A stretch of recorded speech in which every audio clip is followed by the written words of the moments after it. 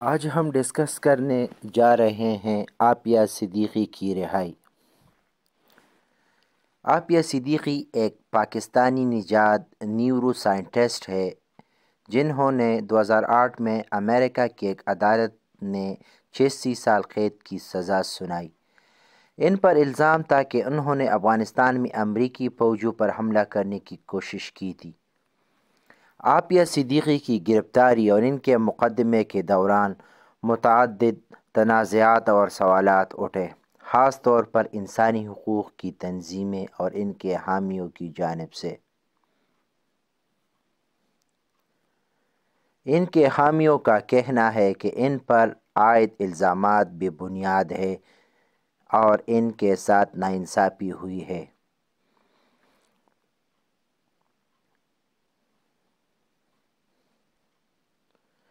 عافیہ صدیقی کا معاملہ پاکستان اور دیگر مسلم ممالک میں ایک حساس موضوع رہا ہے اور اسے کئی بار انسانی حقوق اور انصاف کے تناظر میں اٹھایا گیا ہے۔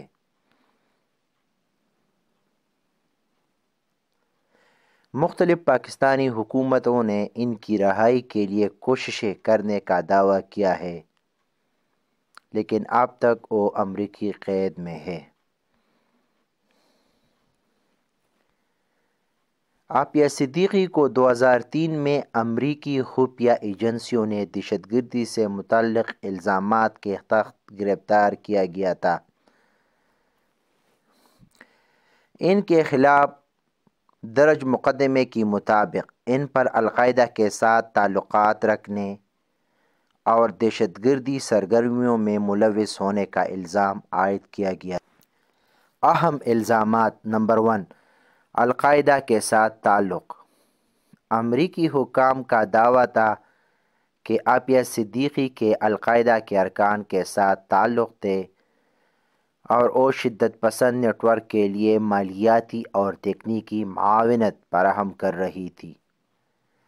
نمبر 2، دستاویزات کی برآمدگی۔ 2008 میں افغانستان کے شہر غزنی میں ان کے پاس سے ایسے دستاویزات ملنے کا دعویٰ کیا گیا جن میں ممکنہ دہشت گرد حملوں کی منصوبہ بندی شامل تھی، جن میں امریکی مقامات کو نشانہ بنانے کا ذکر تھا۔ نمبر 3، حملہ کرنے کی کوشش۔ امریکی حکام کا کہنا ہے کہ دوران حراست عافیہ صدیقی نے امریکی فوجیوں پر ان کی بندوق چھین کر فائرنگ کرنے کی کوشش کی، تاہم کوئی شخص زخمی نہیں ہوا۔ عافیہ صدیقی کا موقف۔ عافیہ صدیقی نے اپنے اوپر عائد تمام الزامات کی تردید کی اور کہا کہ وہ بے قصور ہے۔ انہوں کا دعویٰ تھا کہ انہیں 2003 میں کراچی سے اغوا کیا گیا اور انہیں خفیہ طور پر افغانستان منتقل کیا گیا، جہاں کئی سال تک انہیں غیر انسانی حالات میں رکھا گیا۔ تنازع: انسانی حقوق کی تنظیموں اور ان کے حامیوں نے ان کے کیس میں شفافیت کی کمی اور غیر منصفانہ عدالتی کارروائی پر اعتراض کیا۔ ان کے مقدمے میں ٹھوس شواہد کی عدم موجودگی اور گواہوں کے تضاد پر بھی سوالات اٹھائے گئے۔ سزا: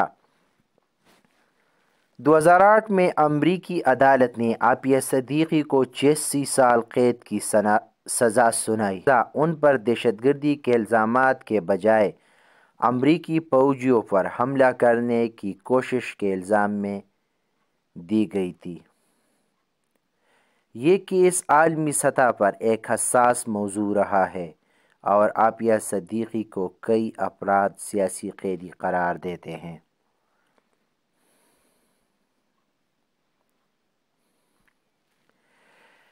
ڈاکٹر عافیہ صدیقی کی رہائی کے لیے حالیہ دنوں میں متعدد سفارتی اور سیاسی کوششیں کی گئی ہیں۔ وزیراعظم پاکستان شہباز شریف نے اکتوبر 2024 میں امریکی صدر جو بائیڈن کو خط لکھا، جس میں انسانی بنیادوں پر ڈاکٹر عافیہ کی رہائی کے لیے درخواست کی گئی تھی۔ ڈان نیوز کے مطابق پاکستانی وفد نے امریکی حکام سے ملاقاتیں کی اور ڈاکٹر عافیہ سے جیل میں ملاقاتیں کرتے ہوئے ان کی رہائی کے امکانات پر تبادلہ خیال کیا۔